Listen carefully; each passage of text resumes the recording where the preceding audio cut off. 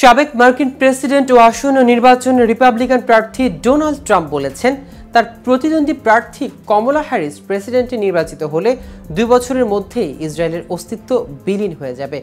গত বৃহস্পতিবার ওয়াশিংটনে ইহুদিপন্থী সংগঠন ইসরায়েলি আমেরিকান কাউন্সিলর ন্যাশনাল সামিটে তিনি এসব কথা বলেন।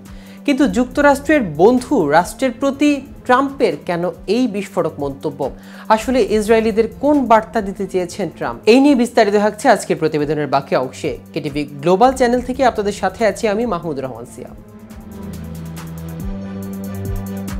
সম্মেলনে ইহুদি ভোটারদের সমর্থন না পাওয়ায় দুঃখ প্রকাশ করেন সাবেক এই প্রেসিডেন্ট। তিনি বলেন, এই নির্বাচনে যদি আমি জয়ী না হই তবে সত্যি এটি ইহুদি জনগণের উপর প্রভাব ফেলবে।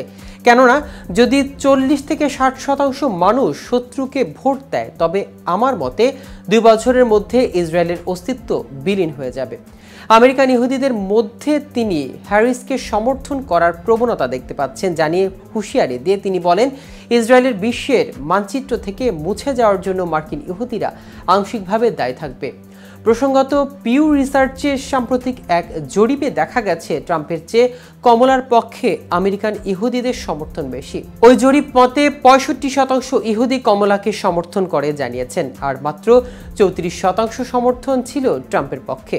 সম্মেলনে 2016 ও 2020 সালের নির্বাচনে আমেরিকান ইহুদিদের 30%-এরও কম ভোট পেয়েছিলেন বলে দাবি করে দুঃখ প্রকাশ করেন ট্রাম্প। 2016 সালের নির্বাচনে জয়ী হলে 2020 সালে ডেমোক্রেট প্রার্থী ও বর্তমান মার্কিন প্রেসিডেন্ট জো বাইডেনের কাছে হেরে যান তিনি। বৃহস্পতিবার সন্ধ্যার আগে ওয়াশিংটনে পৃথক এক সম্মেলনেও এই ধরনের মন্তব্য করেন ট্রাম্প। এবার গুরুত্বপূর্ণ প্রতিযোগিতামূলক অঙ্গরাজ্যগুলো ইহুদি ভোটারদের সমর্থকদের অগ্রাধিকার দিচ্ছে ট্রাম্পের প্রচার শিবির। মার্কিন ইহুদিরা কয়েক দশক ধরে ফেডারেল নির্বাচনে ডেমোক্রেটদের দিকে প্রবলভাবে ঝুঁকছে এবং এর ধারা অব্যাহত রয়েছে। তবে এবারের নির্বাচনে জয় নির্ধারণে ইহুদিদের ভোট সামান্যই পরিবর্তন আনতে পারে বলে মনে করা হচ্ছে। উদাহরণস্বরূপ, গুরুত্বপূর্ণ প্রতিযোগিতাপূর্ণ পেনসিলভানিয়ায় 4 লাখেরও বেশি ইহুদি রয়েছে। এই অঙ্গরাজ্যে 2020 সালে 81,000 ভোটে জিতেছিলেন জো বাইডেন। এর আগে গত জুলাই মার্কিন কংগ্রেসের যৌথ অধিবেশনে ইসরায়েলের প্রধানমন্ত্রী বেনিয়ামিন নেতানিয়াহুর ভাষণ এড়িয়ে যাওয়ায় কমলা হ্যারিসকে ইহুদি বিরোধী বলে মন্তব্য করেন রিপাবলিকান নেতা ডোনাল্ড ট্রাম্প। এদিকে হত্যা চেষ্টা প্রেসিডেন্ট নির্বাচনের লড়াইকে কি বদলে দেয়, এমন প্রশ্নের উত্তর খুঁজছেন যুক্তরাষ্ট্রের ভোটাররা। 2 মাসের ব্যবধানে রিপাবলিকান প্রার্থী ডোনাল্ড ট্রাম্পকে 2 বার হত্যা করার চেষ্টা চলছে।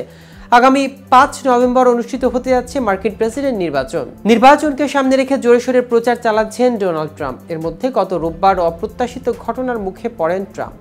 যুক্তরাষ্ট্রের কেন্দ্রীয় গোয়েন্দা সংস্থা বলেছেন, ট্রাম্পকে হত্যা চেষ্টা হিসেবে এই ঘটনার তদন্ত করছে তারা। গত জুলাই মাসে পেনসিলভানিয়ায় একটি নির্বাচনের সমাবেশে ভাষণ দেওয়ার সময় বন্দুকধারীর হামলায় শিকার হন ডোনাল্ড ট্রাম্প। ওই হামলায় আহত হলেও প্রাণে বেঁচে যান তিনি। এর 2 মাস পর আবারও তাকে হত্যার চেষ্টা করা হয়েছে বলে ধারণা করেছে এফবিআই। গত রোববার যুক্তরাষ্ট্রের ফ্লোরিডায় ট্রাম্পের গলফ মাঠের কাছে গুলির ঘটনা ঘটে। সেখানে ঝোপের কাছে ওত পেতেছিল আত্মাই। পরদিন এই বিষয়ে মুখ খুললেন ট্রাম্প। এক বিবৃতিতে তিনি বলেন, আমি কখনোই আত্মসমর্পণ করব না। দর্শক, আজ এ পর্যন্তই। সারা বিশ্বে নিত্য নতুন সকল আপডেট পেতে কেটিভি গ্লোবালের সাথেই থাকুন। ধন্যবাদ সবাইকে।